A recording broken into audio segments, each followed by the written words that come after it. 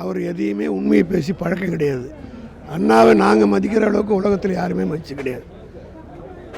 எல்லா திட்டத்துக்கும் பேர் அண்ணா பேரை வச்சு அண்ணானுடைய புகழை பேரை நிறுத்தினது கலைஞரும் திராவிட முன்னேற்ற கழகம் தான். அவர் எடப்பாடி அண்ணாவையும் மறந்துட்டார், எம்ஜிஆரையும் மறந்துட்டார், ஜெயலலிதாவும் மறந்துட்டார். அவங்களுக்கெல்லாம் புரட்சி தலைவர் தான் கொடுத்தாங்க. அவங்க 2 பேருக்குமே மாற்றி ஒரு புரட்சி தமிழர்னு வச்சுக்கிட்டாரு. அப்போ இது வந்து என்ன தெரியுதுன்னா, எம்ஜிஆரும் ஜெயலலிதா தமிழர் இல்லைன்னு அவரே சொல்கிற மாதிரி.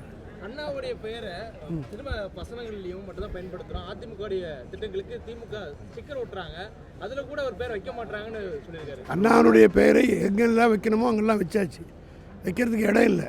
அது சஜஸ்ட் பண்ணாருன்னா வைக்கிறோம். தட்டு சோத்தில் முழு பூசணிக்காயை மறைக்க முயற்சிக்கின்றார். சமீபத்தில் கடந்த 28ஆம் தேதி கூட மாண்புமிகு தமிழக முதல்வரால் திறந்து வைக்கப்பட்ட ஒரு மாபெரும் திருமண மாளிகைக்கு கொளத்தூரிலே அவர் முதலமைச்சர் சார்ந்த அந்த தொகுதியிலேயே பேரறிஞர் பெருந்தகை அண்ணா மாளிகை என்று வைத்திருக்கின்றார்.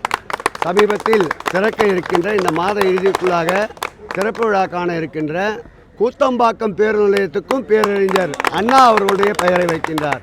கட்சியிலே கொடியை வைத்துக்கொண்டு தன்மானம் அடகு வைத்து கொண்டிருக்கின்ற அமித்ஷாவிடம் முழுவதுமாக அடமானத்திற்கு சென்றுவிட்ட எடப்பாடிக்கு எங்களை பார்த்து அண்ணாவை மறந்துவிட்டோம் என்று குறை கூற எந்த தகுதியும் இல்லை என்பதை தெரிவித்துக் கொள்கிறேன்.